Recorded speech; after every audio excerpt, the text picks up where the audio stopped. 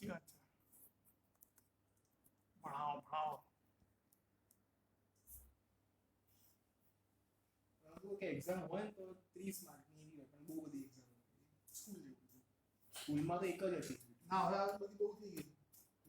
હા બધે નીકળી ગયા ને.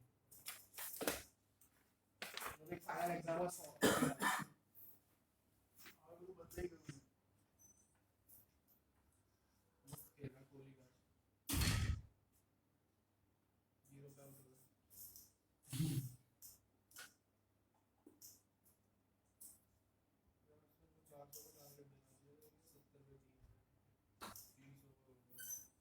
Okay, so last Sunday we have started with asset-backed securities, right? और उसमें हमने 2 चैप्टर्स करे थे, isn't it?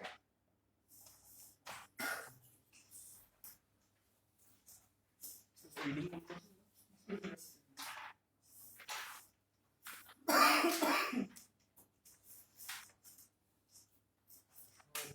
सिक्योरिटाइजेशन और asset backed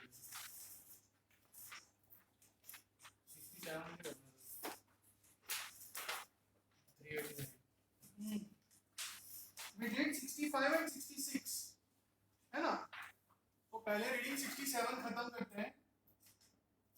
That will bring us to the end of this particular set of chapters. सारे एसेट बैक सिक्योरिटी वाले. तो asset back काफी हमने देखा था, सिक्योरिटाइजेशन और ये सब. और आज का जो चैप्टर बाकी है वो पर्टिकुलरली मॉर्गेज बैक सिक्योरिटी, मतलब अगर जो लोन्स हैं जो सिक्योरिटाइज हो रहे हैं, वो लोन अगर होम लोन है तो वो मार्केट बहुत बड़ा है, right? And that is called NDS. That is called MBS, mortgage backed security. So come to LS 67A.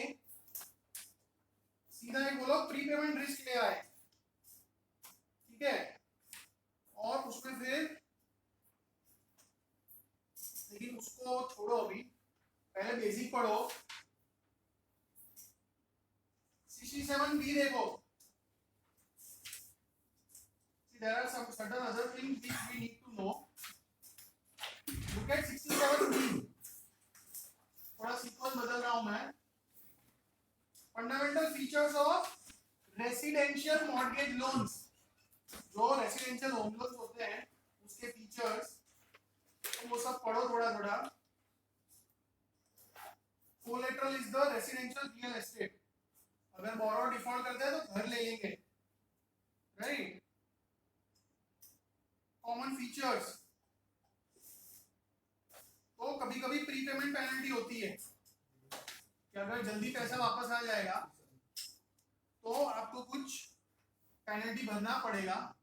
But these days even in India ये प्रीपेमेंट पेनल्टी खास कुछ होती नहीं है, और यूएस में भी प्रैक्टिकली बहुत कॉम्पिटिटिव मार्केट है, तो प्रीपेमेंट पेनल्टी उतनी लगती नहीं है. और होम लोन एक ऐसी लोन है जहाँ पे प्रीपेमेंट तो होगा ही होगा, बिकॉज बहुत लंबी होती है, 25 साल 30 साल. तो it is usually not the case कि जो एक्चुअल लोन का टेन्योर है 25 साल 30 साल वहां तक चले. वो मोस्टली फॉर वेरियस रीजंस उसको जल्दी ही बोरोवर खत्म कर लेते हैं, ठीक है? फिर रिकोर्स नॉन रिकोर्स होता है. कि रिकोर्स लोन मतलब क्या? कि आपने होम लोन लिया, आपने लोन नहीं भरा तो आपका घर ले सकते हैं. लेकिन अगर घर बेच के भी लोन पूरी नहीं हो रही है तो आपकी दूसरी एसेट्स भी वो लोग ले सकते हैं, ठीक है? मतलब आपके जो दूसरे एसेट्स है, आपकी पर्सनल गारंटी वगैरह भी लिया होगा, those are called recourse loans. जबकि नॉन रिकोर्स में क्या होगा कि वो सिर्फ अगर लोन नहीं भरते तो सिर्फ प्रॉपर्टी ले सकता है बोरोवर, सॉरी लेंडर. अगर आपने बैंक का लोन नहीं भरा तो bank can attach your house, it can sell it of. Suppose उसके बाद भी अगर पैसा बाकी रहता है तो जो बोरोवर है उसकी दूसरी एसेट्स को टच नहीं कर सकते. That is called non recourse loan. India में तो सारे रिकोर्स लोन्स ही होते हैं, यूएस में कोई कोई लोन्स नॉन रिकोर्स हो सकते हैं.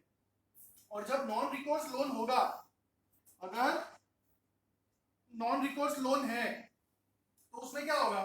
सपोज 1 करोड़ का घर है, उसमें 90 लाख की लोन है. House was 1 crore, I took a loan of 90 lakhs. Now there is a correction in the housing market.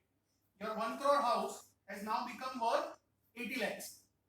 तो क्या होगा कि लोन 90 lakhs का है लेकिन हाउस सिर्फ 80 lakhs का है.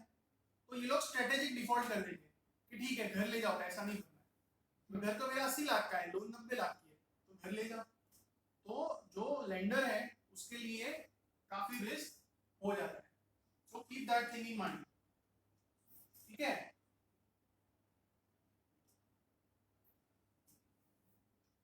तो वो पढ़ लो एक बार, रिकोर्स नॉन रिकोर्स वाला पढ़ लो. उसमें कुछ टर्म्स भी दिए हैं कि प्रॉपर्टी वैल्यू अगर लोन से कम हो गई तो अंडर वाटर बोलते हैं उसको.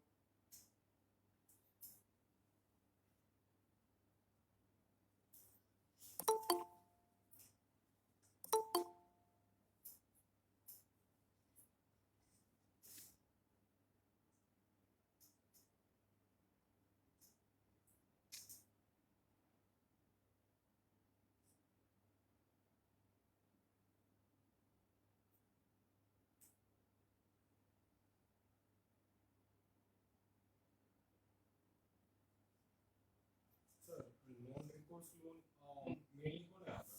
मोस्टली बड़े बॉरोवर्स होंगे, मोस्टली वो कमर्शियल उसमें होता है. इंडिविजुअल कोई भी ऑफिसर की कंपनीज में इंडिविजुअल भी हो सकता है.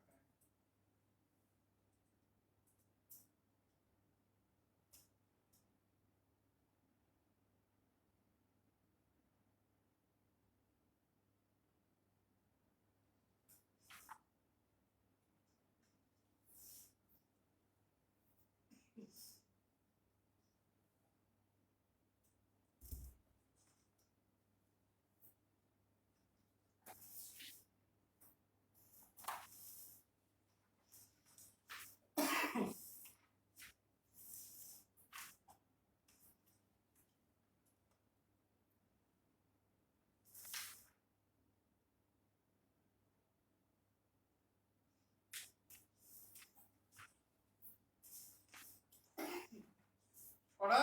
Sir non recourse the risky है लेंडर. नॉन रिकोर्स है तो लेंडर के लिए ज्यादा रिस्की है. फिर जब होम लोन देते हैं, मॉर्गेज देते हैं, तो जो लेंडर होता है वो कौन कौन से रेशियो देखता है. वो एलटीवी होता है, loan to value.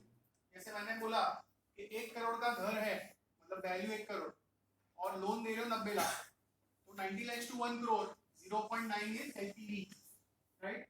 Higher the LTV, more is the risk. जितना LTV ज्यादा उतना लेंडर के लिए रिस्क ज्यादा. ठीक है.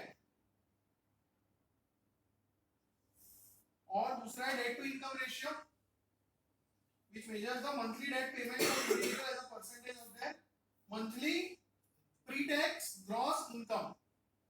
तो जितना कम हो उतना अच्छा, राइट. डेट टू इनकम जितना कम हो उतना अच्छा. सपोज 3 लाख मॉर्गेज है ऑन अ 4 लाख प्रॉपर्टी, तो एलटीवी 75% और वो मॉर्गेज में इंटरेस्ट रेट 6% है और 25 साल का है, मंथली मतलब 300 बार देंगे, तो आप ईएमआई निकाल सकते हो. ईएमआई निकाल सकते हो, वो हम क्वांट में पढ़ेंगे. बट सपोज ईएमआई आया 1932.9 बराबर, और उसका जो इनकम है वो सपोज 80,000 पर ईयर है, तो डिवाइड बाय 12 वो 6667 आया. तो आपका इंस्टॉलमेंट लगभग 1900 रुपया और आपका मंथली इनकम जो है वो 6667, so around 30%, 29% is debt to income. जितना कम रेशियो हो उतना लेंडर के लिए अच्छा है. अच्छा, और mortgage is made to borrowers with good credit, मतलब क्रेडिट स्कोर अच्छा हो, जैसे अपना सिबिल स्कोर होता है.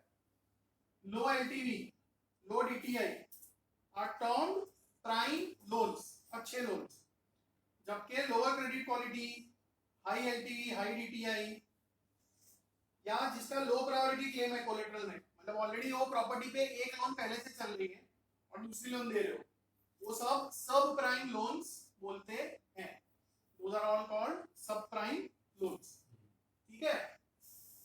अच्छा, फिर ये आपका एजेंसी और नॉन एजेंसी आरएमबीएस। आरएमबीएस मतलब रेसिडेंशियल मॉर्गेज बैक सिक्योरिटी। अब मॉर्गेज बैक सिक्योरिटी कैसे क्या होता है वो तो हमें पता है, हमने लास्ट टाइम पूरा डिस्कस किया था। हमने एसबीआई का कार लोन का पोर्टफोलियो लिया था, बट सपोज कार लोन के बदले होम लोन है तो it will be called residential mortgage back security. अच्छा, तो उसमें पता है हमने बोला था कि क्रेडिट रिस्क तो होता है कि अगर लोन डिफॉल्ट करेगी तो वो इन्वेस्टर को भी लॉस तो लगेगा। हाँ, उसके सामने आप ट्रांचिंग और ये सब कर सकते हो, लेकिन रिस्क तो है, राइट। और यूएस में क्या है, यूएस में गवर्नमेंट इटसेल्फ, वहां की जो गवर्नमेंट है, it encourage securitisation of home loans, क्योंकि उसका ऐसा मानना था कि होम लोन्स का जितना सिक्योरिटाइजेशन होगा उतना बैंक्स और सारे लोग और होम लोन्स दे पाएंगे, और ऐसे लोगों को भी होम लोन दे पाएंगे जो ट्रेडिशनली लोन नहीं ले सकते, राइट। तो that is why government also encourage. और इसलिए वहां की गवर्नमेंट ने क्या करा कि उन्होंने 2-3 कंपनियां खोली है, वो नाम दिए होंगे, फैनी में, जीनी में, फैनी में, ऐसे कंपनीज है, बेसिकली गवर्नमेंट कंपनीज है। तो वो लोग क्या करते हैं कि ये जो पूल होगा ना लोन्स का, राइट, उसको गारंटी कर देंगे कि अगर कोई डिफॉल्ट होता है, अगर कोई डिफॉल्ट होता है लोन में, तो क्रेडिट के कारण जो नुकसान होगा डिफॉल्ट के कारण वो लोग भर देंगे। मतलब जो एंड इन्वेस्टर्स है उनको क्रेडिट रिस्क की चिंता है नहीं। समझ में आ रहा है? हाँ, गवर्नमेंट गारंटी कब देगा, जब जो सारे पैरामीटर्स है ना, अभी नहीं देखा, वो देखेगा कि एलटीवी इतना होना चाहिए, फिर डेट टू इनकम इतना होना चाहिए, मतलब कुछ पैरामीटर्स होंगे। अगर लोन्स उसको मीट करते हैं तो गवर्नमेंट गारंटी दे देगा, और अगर गवर्नमेंट गारंटी दे दिया तो उसको क्या बोलते हैं, एजेंसी, उसको बोलते हैं एजेंसी आरएमबीएस। तो कभी भी ये वर्ड आए एजेंसी आरएमबीएस तो आपको क्या समझने का कि ये आरएमबीएस में कोई क्रेडिट रिस्क है नहीं, there is no risk of default, क्योंकि वो रिस्क सरकार और सरकार की एजेंसीज लेती हैं। हाँ, अगर लोन ऐसी है कि सब प्राइम लोन्स है जिसमें गवर्नमेंट का गारंटी नहीं होगा, तो उसमें से जो मॉर्गेज बैक सिक्योरिटीज बनेगी that is called non agency RMBS. तो नॉन एजेंसी मतलब क्रेडिट रिस्क है, एजेंसी मतलब there is no credit risk. ठीक है, तो अब पढ़ लो एजेंसी और नॉन एजेंसी। ऑनलाइन समझ में आ रहा है ना?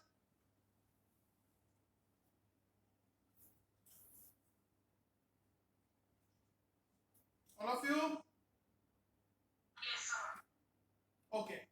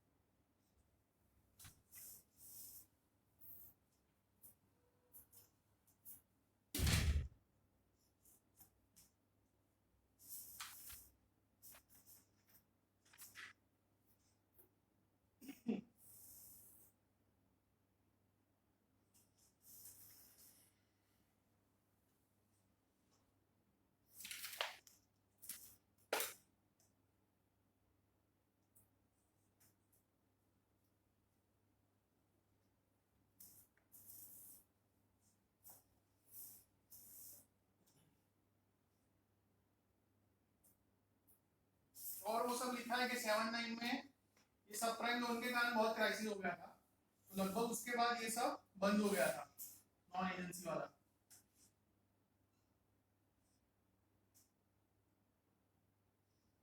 आप समझ रहे हो जो लिखा है?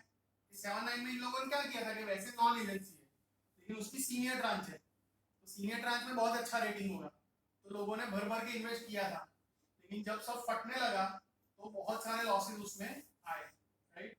और मतलब नॉन एजेंसी की कहाँ बात करते हैं, एजेंसी आरएमबीएस भी जो थे तो उनको जिसने गारंटी दी थी गवर्नमेंट एजेंसीज ने, उसमें भी लॉसेस इतने बस सब हो गए थे कि गवर्नमेंट को डायरेक्टली रेस्क्यू करना पड़ा था, right? It's like government has to rescue LIC, that kind of thing. Okay, suppose LIC ने बहुत सारी गारंटीज दी हो और फिर एक्चुअली वो क्रिस्टलाइज होने लगा तो एलआईसी खुद मरने वाला है तो गवर्नमेंट को बचाना पड़ा, ऐसा वहां पे हो गया था। ठीक है,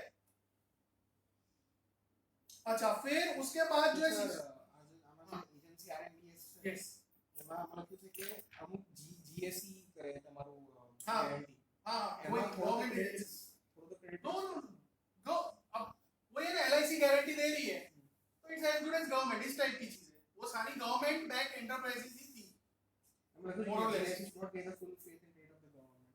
प्रैक्टिकली। मतलब जब प्रॉब्लम में फंसे तो गवर्नमेंट ने रेस्क्यू किया हम लोगों को, ऐसा। That LTV is loan to value के loan value upon property value.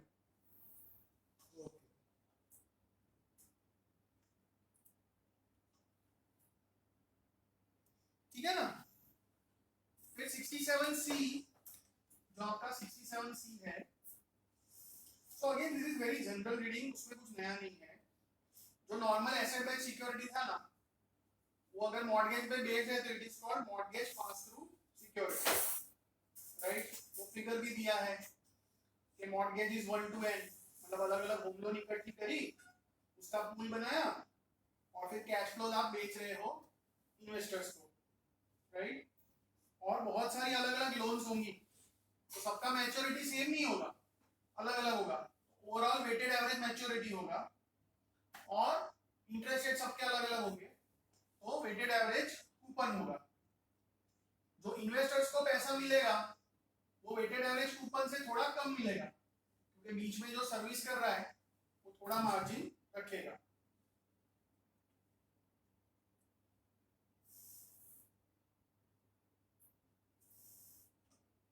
फिर एग्जांपल दिया है 3 मॉर्गेजेस, अलग अलग interest rate, beginning balance, current balance, original term और अभी कितने मंथ्स बाकी है, तो वेटेड एवरेज मैच्योरिटी और वेटेड एवरेज कूपन। तो देखो वेटेड एवरेज मैच्योरिटी में क्या कर रहे हैं कि अभी जो मंथ्स बाकी है ना 210, 100 और 280, उसकी वेटेड एवरेज ले रहे हैं based on the current value, मतलब करंट बैलेंस 1972 और 247, उसका टोटल आएगा 409, मतलब करंट बैलेंस को वेटेज बना देने का और फिर वेटेड एवरेज फाइंड कर लेने का।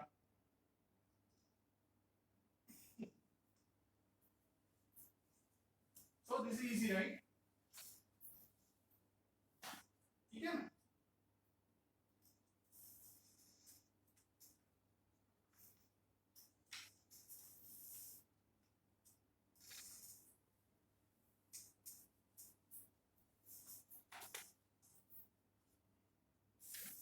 तो ये खत्म करके आगे चले जाओ 67A।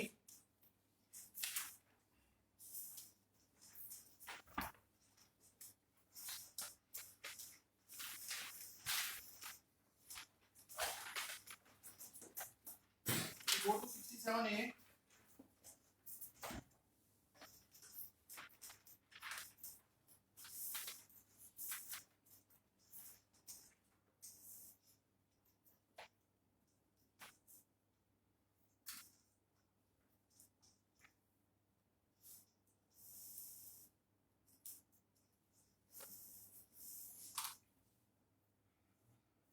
Okay, so now we come to a very important aspect कि ये जो मॉर्गेज होता है होम लोन, मैंने क्या बोला कि सपोज 25 साल का है, 25 साल होम लोन है, बट एवरीबॉडी नोज कि प्रीपेमेंट्स तो होने ही वाले हैं, राइट?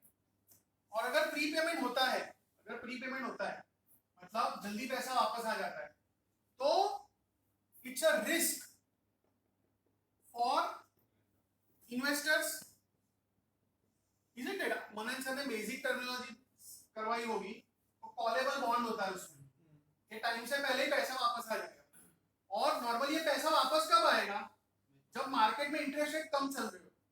तो सपोज मैंने एफडी करी 10 लाख की 8% पे, I thought it's a very good rate and I have invested for 5 years. अब 2 साल के बाद एकदम ही पैसा लौटा दे और मार्केट में तब 6% की रेट चल रहा हो, तो मुझे तो प्रॉब्लम हो जाएगा, right? So it represents a risk. और प्रीपेमेंट तो होता ही है। तो जो आपका मॉर्गेज बैक सिक्योरिटी है, अच्छा अगर एजेंसी वाला है तो क्रेडिट रिस्क तो है ही नहीं, मतलब तो मेन रिस्क क्या हो जाता है? Prepayment risk. मेन रिस्क क्या हो जाता है? Prepayment risk. अच्छा, अब जब इन्वेस्टर इन्वेस्ट करता है, suppose I am a institutional investor and I am investing in this pool of home loan, suppose इसका वेटेड एवरेज मैच्योरिटी 25 साल का है and these are 5000 different loans, बराबर 5000 लोन का पूल है, वेटेड एवरेज मैच्योरिटी 25 साल है। अब मैं सोच रहा हूं इसको खरीद लूं, तो मैं मेरा रिसर्च करूंगा, right?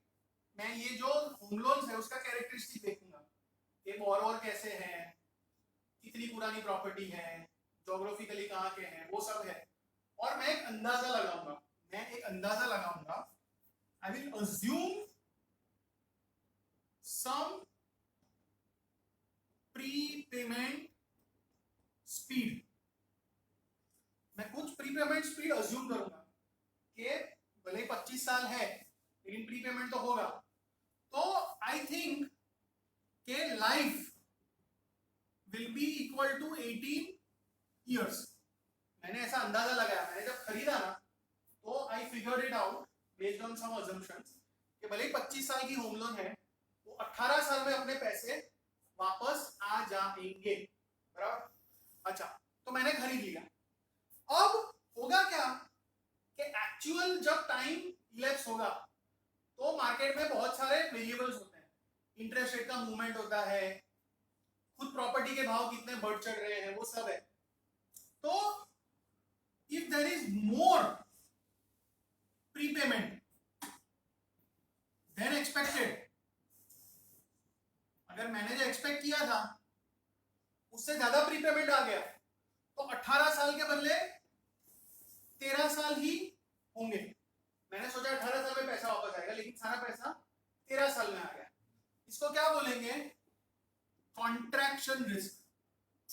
This is called contraction risk, कि मैंने सोचा उससे जल्दी पैसा वापस आ गया। This is called contraction risk. और ऐसा भी हो सकता है कि due to various reasons there was less prepayment than expected. तो मैंने सोचा था 18 साल, लेकिन 22 साल में पैसा वापस आया, तो that is called extension risk. समझ में आ रहा है? So what you have to understand and remember is that prepayment risk is made up of two parts और it has two types, एक extension risk और एक contraction risk। अगर हमने माना था उससे जल्दी पैसा आ गया तो contraction, उससे लेट पैसा आ रहा है तो extension। तो जो mortgage backed security है उसके जैसे इंस्ट्रूमेंट्स में इन्वेस्ट करेंगे उनको ये दो टाइप का रिस्क लगेगा, और अगर एजेंसी है तो मेनली यही दो रिस्क लगेंगे, क्योंकि क्रेडिट रिस्क तो है ही नहीं, ठीक है? So now you can go through.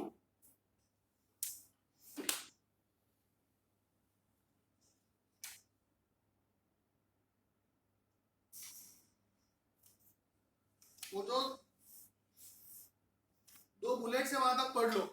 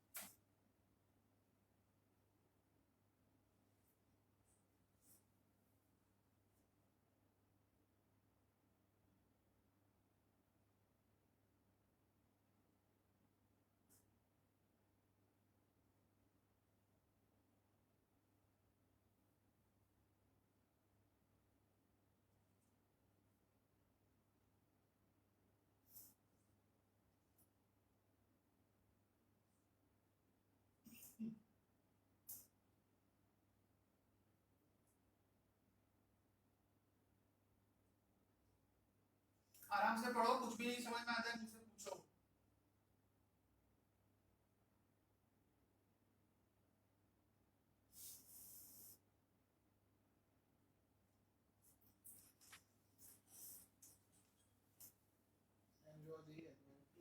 જે એમબીએસ માં લો ઇન્ટરેસ્ટ એન્વાયરમેન્ટ માં પ્રીપેમેન્ટ થાય તો લાઈક આમાં બધી રિસ્ક છે एक्चुअली કારણ કે પછી રીઇન્વેસ્ટ ક્યાં કરે એમ જોવા જઈએ પ્રેક્ટિકલી તો જ્યારે લોઅર ઇન્ટરેસ્ટ હોય ત્યારે માર્કેટ ફર્સ્ટ સ્ટોક માર્કેટ છે કે બીજા કોઈ સ્ટોક પર આપણે તો પૈસા ફિક્સ ઇન્કમ માં રાખવા છે। આ તો બસ એટલે ઓબ્વિયસલી કનેક્ટેડ નથી પણ આપણે વિચાર આવે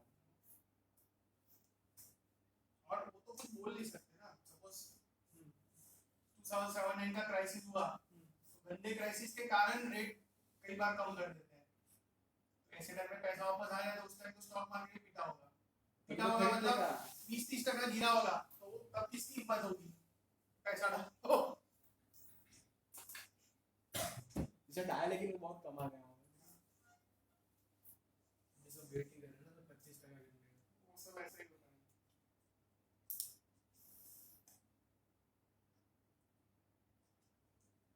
समझ में आया? तो बेसिकली इतना याद रखना कि जो मॉर्गेज बैक्ड सिक्योरिटी होता है ना, it has got features similar to a callable bond. ये एक्सपेक्टेड से जल्दी पैसा वापस आ सकता है, राइट? उसके बाद मैं पढ़ रहा हूं when interest rate increase borrowers prepayment speeds will be lower than expected because refinancing activity will slow leading to extension in the average life of NPS। तो ऐसा भी हो सकता है, मैंने बताया धीरे धीरे पैसा आ रहा है तो extension risk. This is also bad for investors because cash flow will be discounted by more periods and higher discount rate। So now the important thing कि जब क्रेडिट रिस्क था तो लास्ट टाइम हमने देखा था कि ट्रांच बनाते हैं, सीनियर और जूनियर और मेजेनाइन और ऐसा सब। ये सबसे पहले अगर लॉस होता है तो सबसे जूनियर या इक्विटी ट्रांच को लगेगा, फिर मेजेनाइन, और बहुत रेयर केसेस में सीनियर को लॉस आएगा। तो वो क्रेडिट रिस्क का ट्रांचिंग था। सिमिलरली आप टाइम ट्रांचिंग भी कर सकते हो कि अगर जल्दी जल्दी पैसा आ गया, सपोज कॉन्ट्रैक्शन रिस्क है, तो इसमें भी आप ट्रांच बना दो ABC, और हम अभी देखेंगे कि अगर जल्दी जल्दी पैसा आ रहा है तो C वाली ट्रांच को जल्दी दे दो, लेकिन A और B को कुछ नहीं होगा। या अगर लेट आ रहा है पैसा तो मान लो C वाले का पेमेंट डिले कर दो, बट A और B को कुछ नहीं होगा।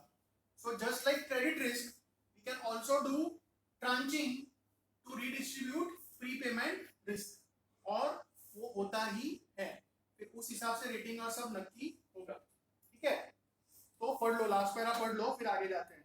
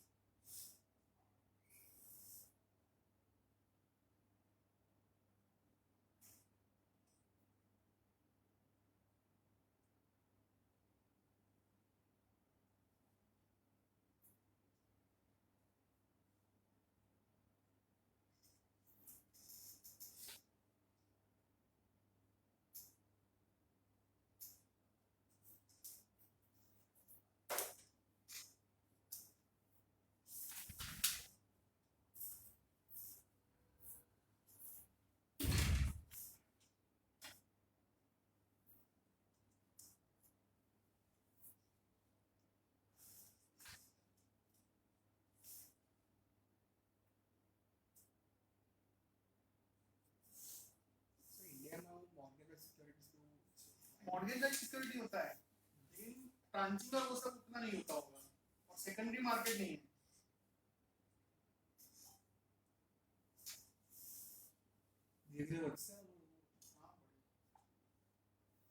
देखो लिखा है ट्रांचेस दैट मैच्योर फर्स्ट, मतलब जिसको जल्दी पैसा मिल जाएगा, दे offer protection against extension risk, और जो लंबी मैच्योरिटी वाला है उसको कॉन्ट्रैक्शन रिस्क नहीं लगेगा। तो now let us go to CMOs। Online समझ में आ रहा है ना? Okay fine. So as I said, हमने लास्ट टाइम सीडीओ देखा था. सीडीओ क्या था कि लोन्स होते हैं या बॉन्ड्स होते हैं, ऐसा कुछ पूरा पूल होगा, फिर उसके कैश फ्लो का ट्रांचिंग किया होगा, और जो वो पूल होता है उसका एक्टिव मैनेजमेंट करते रहते हैं. मतलब पूल में भी कोई मैनेजर खरीद बेच करता रहेगा so that returns are maximise. This was basically your CDO. अगर अंडरलाइंग जो लोन्स है वो मॉर्गेज वाली है तो सीएमओ. वो क्या होगा? सीएमओ. तो सीएमओ में ट्रांचेज होंगी, बराबर. और मेनली प्रीपेमेंट रिस्क जो है उसको रीडिस्ट्रीब्यूट करेंगे, राइट. और सेकंड पैरा जो लिखा है वही है कि अलग अलग इन्वेस्टर्स को अलग अलग रिस्क एपेटाइट होता है, तो हर एक के रिस्क एपेटाइट के हिसाब से they can invest in different tranches. तो इसमें कॉमन स्ट्रक्चर्स कौन से हैं? तो सीक्वेंशियल पे सीएमओ लिखा है. तो सीक्वेंशियल पे सीएमओ मतलब क्या कि वो लोग दो ट्रांचेस बना देंगे कि जितना भी पैसा आ रहा है वो दो में जाएगा, ए और बी में. और ऐसे रूल्स बना देंगे कि हर एक जो ईएमआई आता है ना उसके दो कंपोनेंट होते हैं, एक इंटरेस्ट और एक प्रिंसिपल. तो इंटरेस्ट तो इसको भी मिलेगा और इसको भी मिलेगा राइट फ्रॉम फर्स्ट इंस्टॉलमेंट. लेकिन जो प्रिंसिपल है, प्रिंसिपल जो है वो पहले सबका सब इसको मिलेगा. वो पहले सबका सब इसको मिलेगा. जो भी प्रिंसिपल का पार्ट आता है वो इनको नहीं मिलेगा. तो इवन अगर प्री पेमेंट्स होते हैं तो वो सब किस में जाएंगे? बी में. तो अगर जल्दी जल्दी पैसा आया तो ये जल्दी खत्म हो जाएगा, राइट. सो ये जो ट्रांच है this is protected against contraction. कि जल्दी जल्दी पैसा आया तो इसको कॉन्ट्रैक्शन का रिस्क नहीं लगेगा, हाँ एक्सटेंशन का रिस्क लगेगा, राइट. तो इस तरह से ये लोग ट्रांच बना देते हैं कि इसको प्रोटेक्शन है कॉन्ट्रैक्शन के सामने, और ऐसा बोल सकते हैं कि इसको प्रोटेक्शन है एक्सटेंशन के सामने, राइट. तो जो आपका प्रेफरेंस हो उस हिसाब से आप ए या बी ट्रांच में पैसा डालो. सॉरी એટલે મોડા પૈસા આયા આને રિસ્ક નહીં લાગે કારણ કે જે भी पैसा આવશે પહેલા આને જ મળશે. એટલે જો મોડા તો જો મોડા भी આયા તો આને વધારે તકલીફ થશે, આને એટલી भी તકલીફ નહીં થાય કારણ કે બધા પૈસા પહેલા આપણે બી ને આપી દઈએ છે. ठीक है. और जिसको पहले पैसा मिलता है वो ट्रांच को शॉर्ट ट्रांच बोलते हैं. This is called short tranche, this is called long tranche. ठीक है.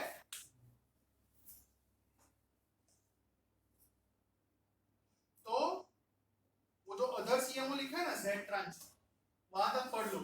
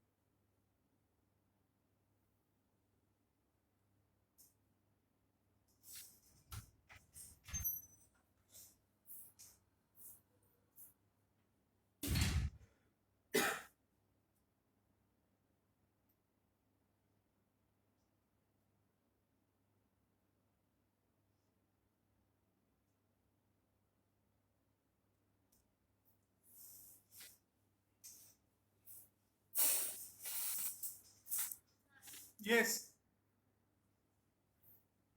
बोलो.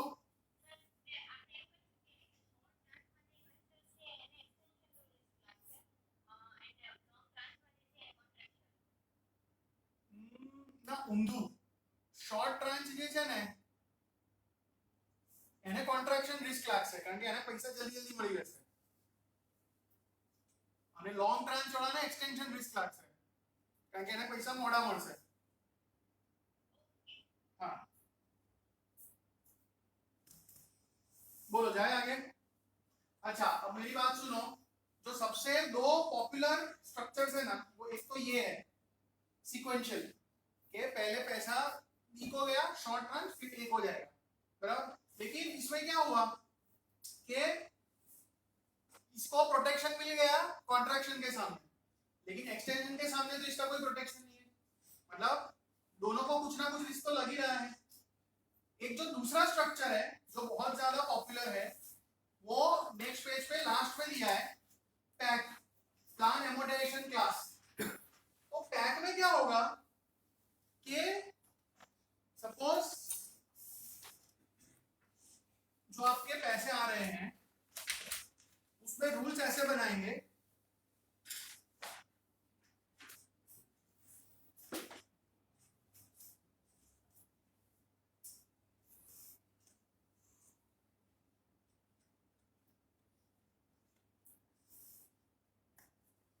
जो आपके पैसे आ रहे हैं उसमें दो ट्रांच बनाएंगे एक पैक और एक सपोर्ट बराबर. और रूल्स कैसे बनाए होंगे कि if there is more prepayment अगर प्रीपेमेंट ज्यादा है राइट तो give more money to PAC. अगर पैसा ज्यादा आ रहा है तो सारा पैसा जाने दो पैक के तरफ सॉरी सारा पैसा जाने दो सपोर्ट के तरफ. मतलब सपोर्ट ट्रांच को कौन सा रिस्क लगेगा कॉन्ट्रैक्शन रिस्क लगा isn't it? अगर बहुत जल्दी पैसा आया है तो इसको तो शेड्यूल के हिसाब से ही पैसा दो जो एक्स्ट्रा पैसा आ रहा है वो सब इसको दे दो इसको कॉन्ट्रैक्शन रिस्क लगा. और अगर लेस प्रीपेमेंट आ रहा है हमने सोचा उससे कम हो रहा है प्रीपेमेंट तो इसको कम पैसा दो सपोर्ट वाले को कम पैसा दो मतलब इसको वेट कराओ तो फिर इसको ही एक्सटेंशन रिस्क लगेगा. समझ में आ रहा है. मतलब बेसिकली ये जो है वो बकरा ट्रांच है. मरेगा सिर्फ ये जल्दी पैसा आया तो इसको दे लेट आया तो इसको वेट करवाओ. मतलब this will always be the fall guy right. This will be super protected इसको पैक ट्रांच बोलते हैं और इसीलिए इसका रेटिंग भी बहुत ज्यादा हाई होगा. This will be very highly rated. समझ में आ रहा है.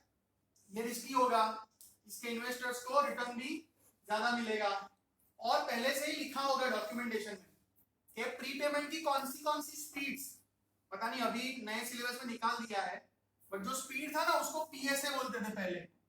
जो प्रीपेमेंट का स्पीड होता है ना उसको पीएसए बोलते थे. तो पहले से डॉक्यूमेंट में सपोज लिखा होगा कि 50 पीएसए से लेके 350 पीएसए इसके बीच अगर प्रीपेमेंट की स्पीड रही तो इसको पैक को कोई प्रॉब्लम होगा नहीं. हाँ अगर 50 से कम हुआ तो थोड़ा प्रॉब्लम होगा 350 से ज्यादा हुआ तो थोड़ा प्रॉब्लम होगा. So this is how pack and support work. Plan amortisation class PSA का तो वो तो वहां का एसोसिएशन है पब्लिक सिक्योरिटी एसोसिएशन. मतलब उन लोगों ने एक ऐसा चार्ट बनाया था but now that is no longer part of our syllabus. But ये मैं सिर्फ बता रहा हूँ कि पहले से डिफाइंड स्पीड होगा. इट्स लाइक आप गाड़ी चला रहे हो तो बोले 60 to 130 किलोमीटर पर आवर में प्रोटेक्शन मिलेगा ऐसा. अगर स्पीड 60 से कम हो गई तो थोड़ा प्रॉब्लम हो सकता है 130 से ज्यादा हो गई तो थोड़ा प्रॉब्लम हो सकता है but between 60 and 130 you will be completely protected. So this is your pack structure. अभी एक बार पढ़ लो.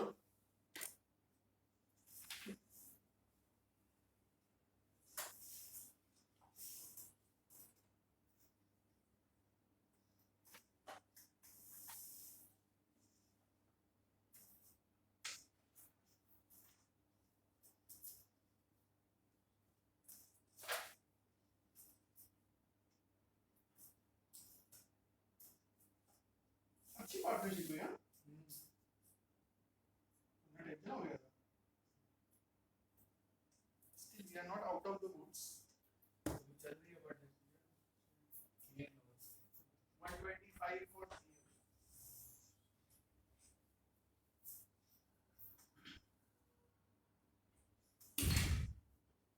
सही है तो ऐसे ही चल रहा है कोहली भी आज कोई जगह ही नहीं उसकी ना मौका मिलने के बाद रन ना मारे तो क्या है टेंशन वही खेल रहे हैं भाई आज राहुल बेचारा बाहर आके बचा रहा है राहुल और कोहली बचाना काम हो भी गया रोहित खेल रहा है हां 74 कैसा मारा था पहले दूसरी तीसरी बॉल में छक्का मारा सामने दौड़ के और इंग्लैंड तो पूरे टूर्नामेंट में फॉर्म में ही नहीं है उससे सामने ऐसे आउट हो इंग्लैंड फॉर्म में नहीं है अभी भेजना अफगानिस्तान के सामने भी ऐसे अफगानिस्तान का आगे वो पर बटलर दोनों चल रहा है बेन स्टोक्स भी कहां खेला पूरे टूर्नामेंट में एक टाइम होगा मेरे इस मैच से आ रहे बेन स्टोक्स में ना हार्ट इंजरी ऐसी स्मॉल डाल दिया था अंडरटेकर बन जाता खतरनाक प्लेयर है स्टोक्स बेस्ट इन दोनों की पार्टनरशिप होती है ऑस्ट्रेलिया भी आगे थी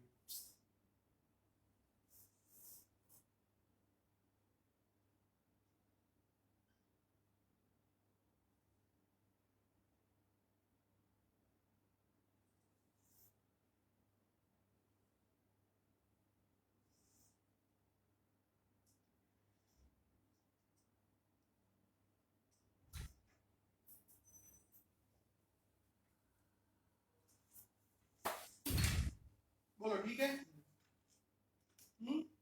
तो अदर स्ट्रक्चर्स में Z ट्रांस लिखा है फिर so I'm just reading out a Z tranche is a CMO tranche that receives no interest payment during a specified accrual period. Instead, during the accrual period, the tranche accrues interest as extra principal. मतलब कुछ time उसको interest नहीं मिलेगा और जितना interest जुड़ता जाएगा वो प्रिंसिपल बन जाएगा। For example, if a Z tranche with a coupon rate of 5% has $100 of principal outstanding at the start of accrual period, तो एक पीरियड के बाद 100 पे 5 रुपए आने चाहिए वो नहीं मिलेगा लेकिन प्रिंसिपल 105 हो जाएगा। फिर कूपन 5% 105 पे लगेगा कैश नहीं मिलेगा। Once the accrual payment has ended, interest and principal payments on Z tranche begin. मतलब बेसिकली ऐसा बोल सकते हैं कि उसका पैसा लेट शुरू होगा और ब्याज उसको मिलता मतलब अक्रू होता रहेगा कैश में नहीं मिलेगा। Z tranche is typically the lowest ranking tranche in a CMO structure. फिर ये लोग ऐसा भी करते हैं कि कभी-कभी जो इंस्टॉलमेंट का पैसा आता है ना उसमें एक पार्ट इंटरेस्ट है और एक पार्ट प्रिंसिपल है तो उसके दो ट्रांच बना देंगे कि एक इंटरेस्ट ओनली और एक प्रिंसिपल ओनली। एक ट्रांच जो होगा उसमें सिर्फ इंटरेस्ट वाले पेमेंट्स मिलते रहेंगे और दूसरे को सिर्फ प्रिंसिपल वाले तो वो आई और पीओ होता है। पढ़ लो एक बार आई और पीओ पढ़ लो।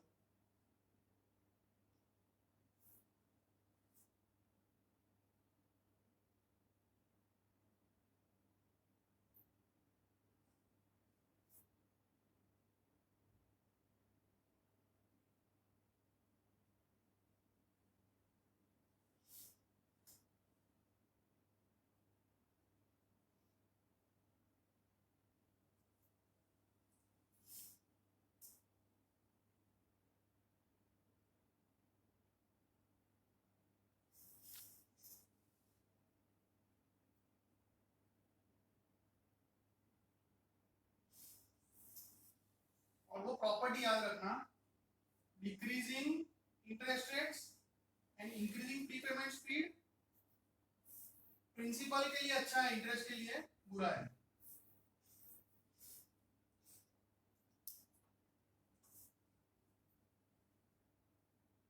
और और इंटरेस्ट के लिए तो बुरा होगा ही, क्योंकि इंटरेस्ट ओनली है तो रेट घट रहे हैं तो कैश फ्लोस कम हो जाएंगे।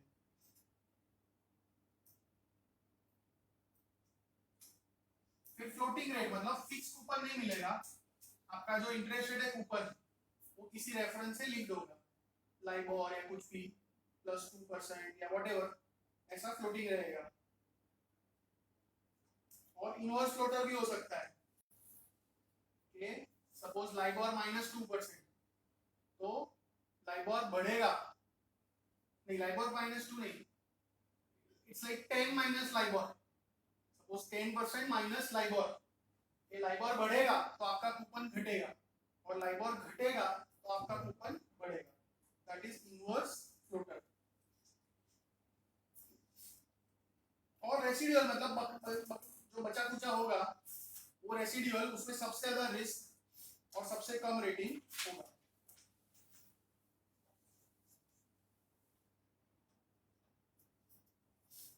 बोलो ठीक। ऑनलाइन फाइन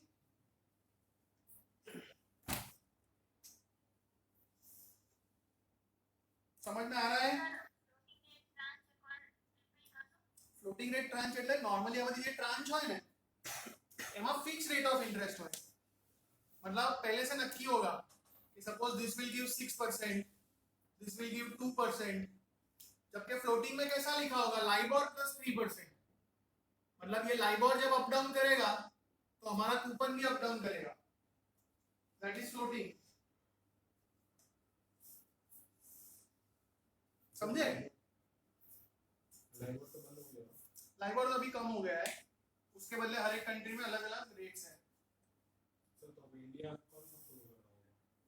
इंडिया में है ना, जैसे आरबीआई की पॉलिसी भी है कि या तो रेपो या फिर जो माइबोर करे, हाँ माइबोर करके मुंबई इंटरबैंक ऑफर रेट, तो ऐसे अलग अलग बेंचमार्क्स यूज करते हैं। Online okay? सर तो एचडीएफसी का ये मसाला बॉन्ड आया था बीच में। हाँ मसाला बॉन्ड कुछ होता है, हाँ और एचडीएफ तो द रेट है लाइबोर तो अभी स्कैम चालू ही था। लाइबोर उस टाइम होगा, हाँ हाँ तो वी डोंट नो, हाँ स्कैम तो भी था, तो स्कैम तो कब का हुआ है। हाँ तो बैंक तो कैसे रहेगा, क्योंकि वो जो डॉलर डिनोटेड बॉन्ड है वो तो हाँ तो पर लाइबोर अभी भी यूज कर सकते हैं, जो इश्यू हो गया ना, जो बॉन्ड इश्यू हो गए उसमें तो रहेगा चालू, ऐसा कुछ बंद नहीं हुआ है।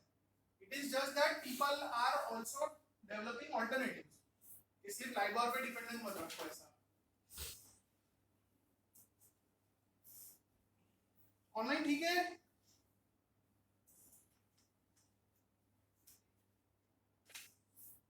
ओके नाउ सी, अब तक जो भी हमने डिस्कस किया वो रेसिडेंशियल मॉर्गेज बैक्ड सिक्योरिटी मतलब होम लोन, लेकिन कमर्शियल लोन भी होती है, मतलब कमर्शियल रियल एस्टेट की लोन्स, और इन्वेस्टमेंट पर्पस में कमर्शियल प्रॉपर्टी मतलब कौन सी प्रॉपर्टी, कोई ऑफिस है, बिल्डिंग है, मॉल है, हॉस्पिटल है, या इवन घर है लेकिन आपने खरीदा है रेंट आउट करने के लिए, तो इन्वेस्टमेंट में वो कमर्शियल रियल एस्टेट गिना जाता है।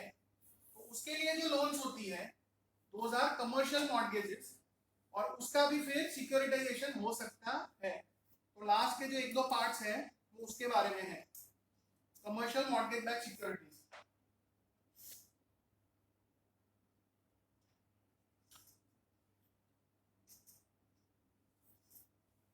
तो उसमें पहले 3 पैराग्राफ पढ़ लो। कमर्शियल मॉर्गेज टिकट साइज भी जनरली बड़ी होगी, ticket size will be larger, right, तो उसमें मतलब पूल में उतने सारे लोन्स नहीं होंगे।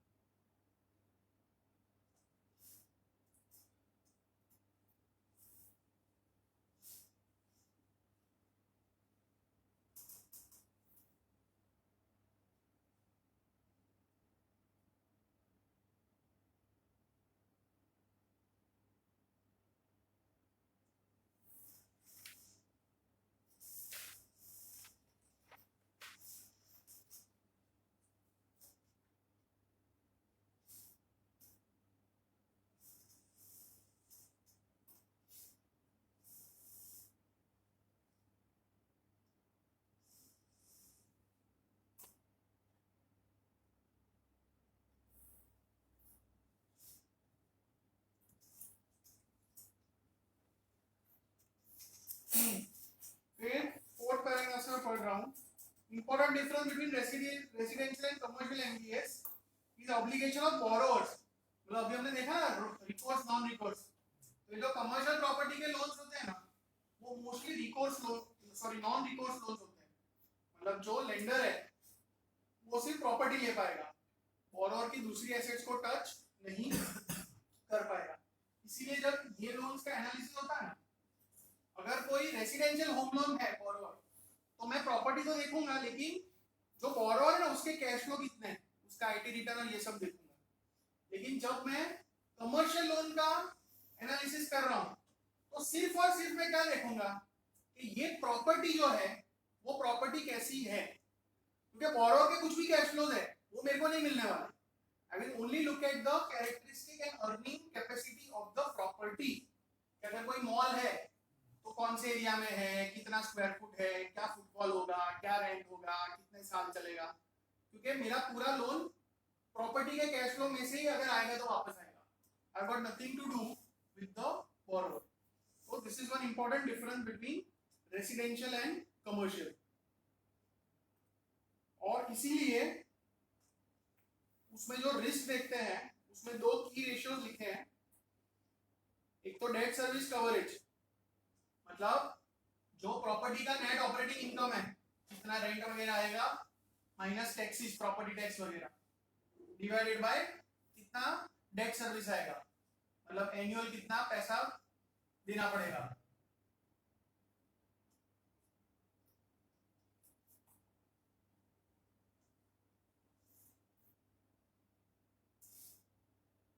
And obviously higher is better. और एलटीवी तो हमने देखा वो 1-2 तक पढ़ लो, 1-2 तक पढ़ लो. Sir, I like the regular income from collateral of CMBS is referred to as weighted average process from the mortgage Proceeds. proceeds from the mortgage WLP which plays the same role as WACC. हाँ मतलब जो coupon है उसको यहाँ पे वैम बुलाते हैं कि जो मतलब इन्वेस्टर्स है उनको कितना मिलेगा.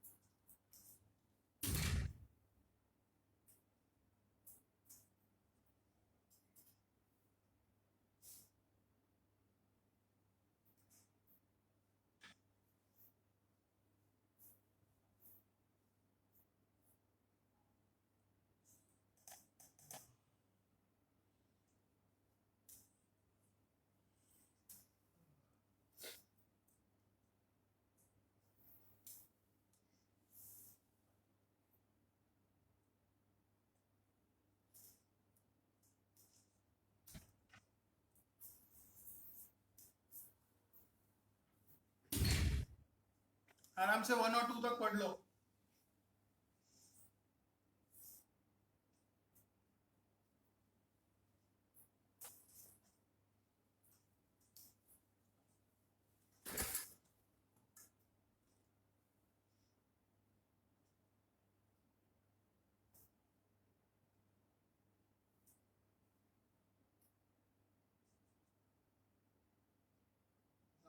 The analysis of CME focuses on the credit risk of the property. Let's say tenants property itself, not the borrower. property credit risk મેં ના કીધું સપોઝ મોલ છે તો કેટલું રેન્ટ આવશે, શું થશે એ રીતે.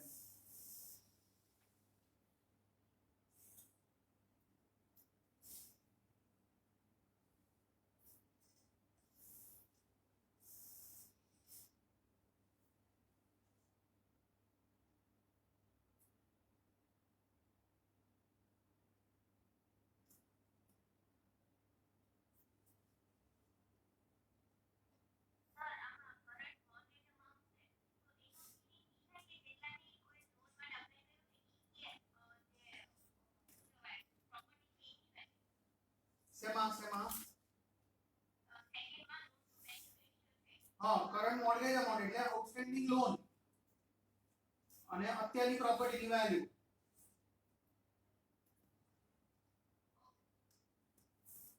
હા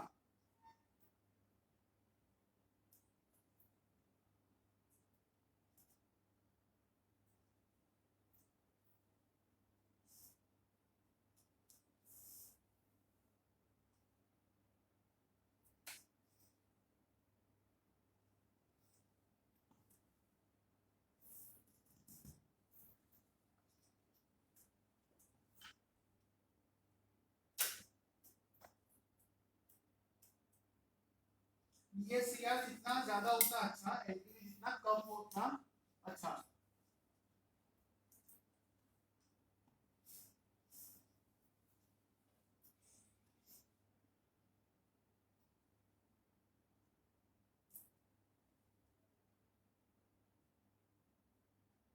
बोलो पढ़ लिया, जाए आगे।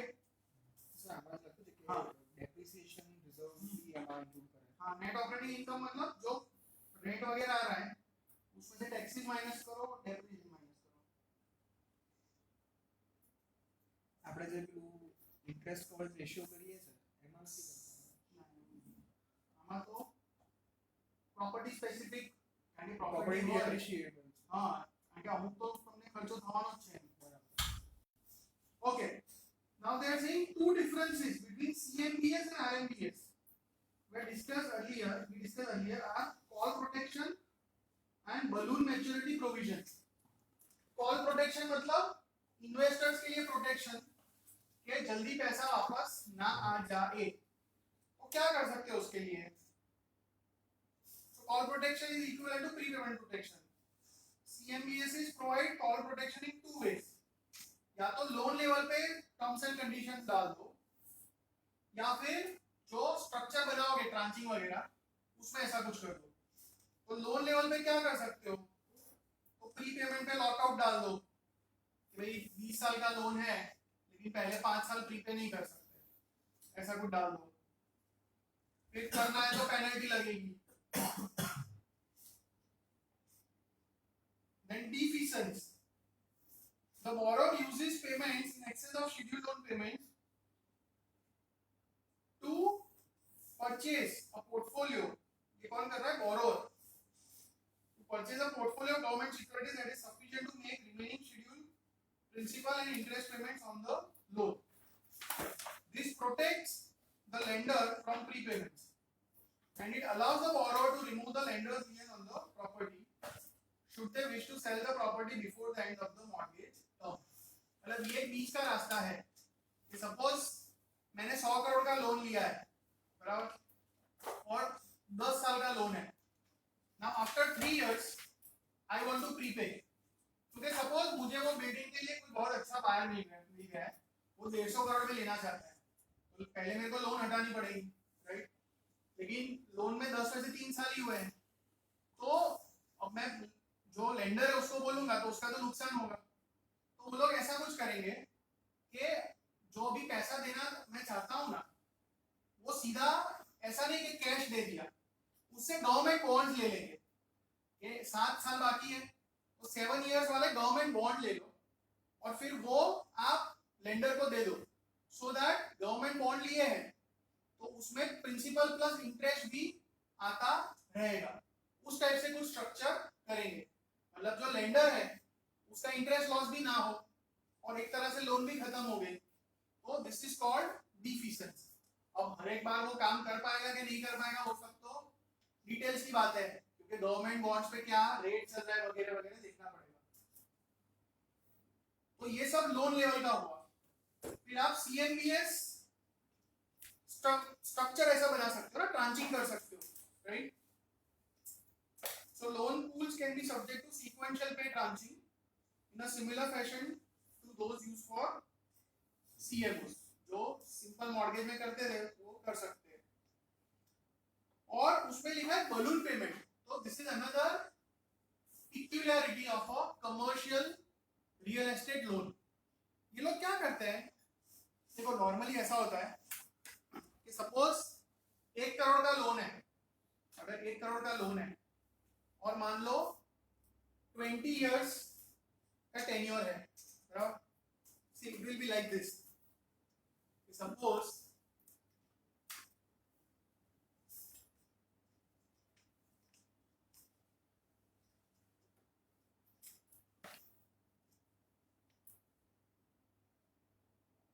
नॉर्मली क्या होता है 1 करोड़ लोन है बराबर एंड रेट ऑफ इंटरेस्ट मान लो 8% है और टाइम सपोज 20 इयर्स है. तो हम जब ईएमआई गिनते हैं ना तो कैलकुलेटर में 20 साल का लोन है ना तो इनपुट 20 साल ही डालेंगे और सपोज ईएमआई आया 60,000 रुपीज पर मंथ सपोज. ये नॉर्मल प्रैक्टिस है. कमर्शियल में लोग क्या करेंगे कि आर 8% लेकिन एंड 20 इयर्स है ना उसके बदले 25 ईयर डाल देंगे. फॉर एग्जांपल ये भले ही लोन 20 साल की है कैलकुलेट करो 25 साल के हिसाब से. उससे क्या होगा this EMI might come out to be से 48,000 रुपीज. ईएमआई कम हो गया बराबर. ईएमआई आपका कम हो गया तो जो बोरोवर है वो हर महीने 60,000 नहीं भरेगा वो 48,000 भरेगा.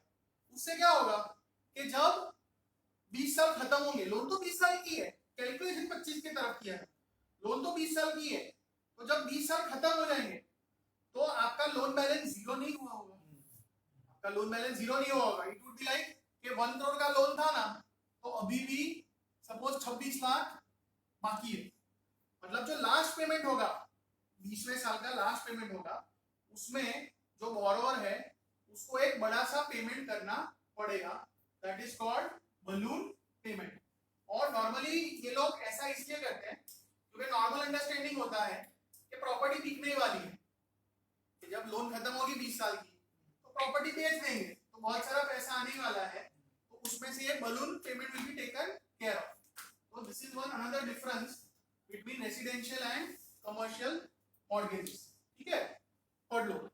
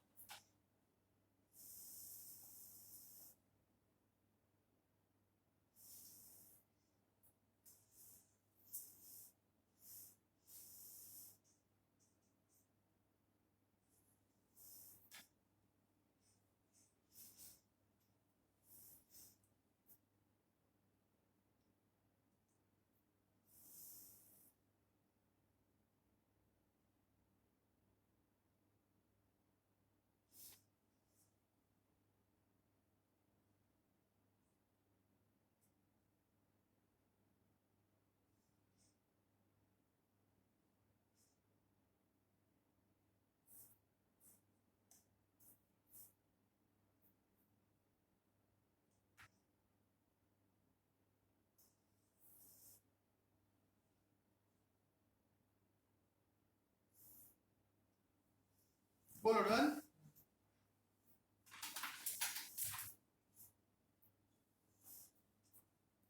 Because balloon risk entails extending the term of loan. मतलब कभी ऐसा हो सकता है कि मेरे पास तो नहीं है अभी पैसा और बढ़ा दो 4-5 साल तो it's a form of extension risk for CMBS investors. ठीक है करो quiz.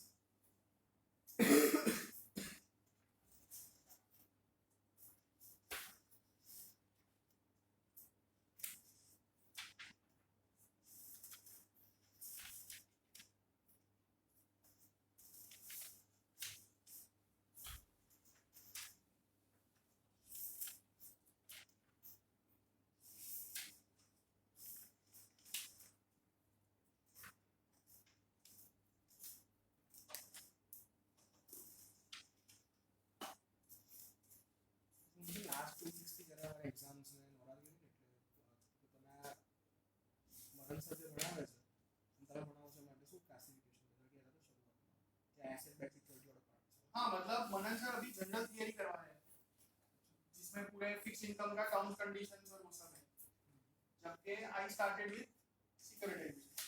Last Sunday this Sunday we have completed securitisation. अगर बीजा पार्ट नहीं हाँ मतलब फिर क्रेडिट का पार्ट है, क्रेडिट रिस्क का, वो मैं करवाऊंगा, और फिर लास्ट में practical part, valuation and risk return. तो दिवाली का कभी ऐसे नहीं होगा। सो सीए को प्रूफ इज दिवाली का sorry CA CI I think most probably हो जाएगा, इस वीक में हो जाएगा।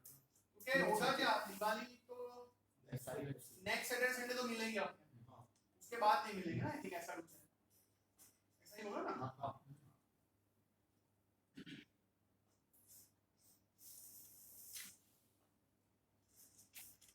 Let us discuss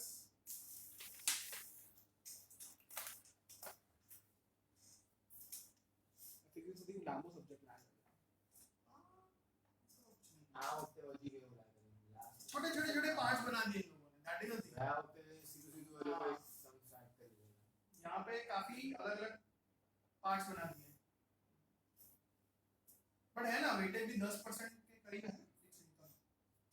મામા એવું કે દરેક દરેક લાઈન પેરેગ્રાફ માં કहीं ना कहीं આમ નવું નવું છે ऐसा नहीं मैं इट इज नॉट समथिंग के हाँ ऊपर ऊपर से पढ़ लिया है, ऐसा 15% हाँ 15% अंदर हाँ सो बढ़ा दिया है, दैट मींस बराबर है, लाइन भी फिर होगी ना માટે ઇક્વિટી અને ફિક્સ ઇન્કમ ત્રણે 15.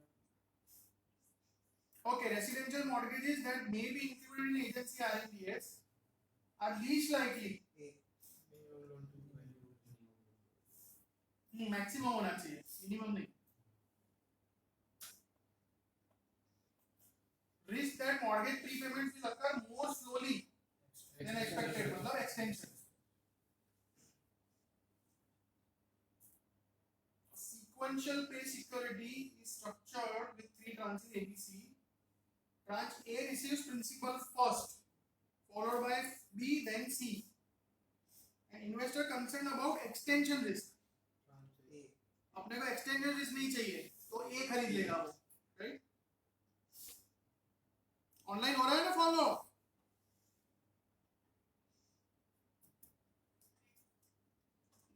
और last for investors in CMBS balloon risk results in extension risk, ठीक है? ओके, बोलो कितने पके हो? हाँ झूठ नहीं। ओके, तो next time we will start with credit risk.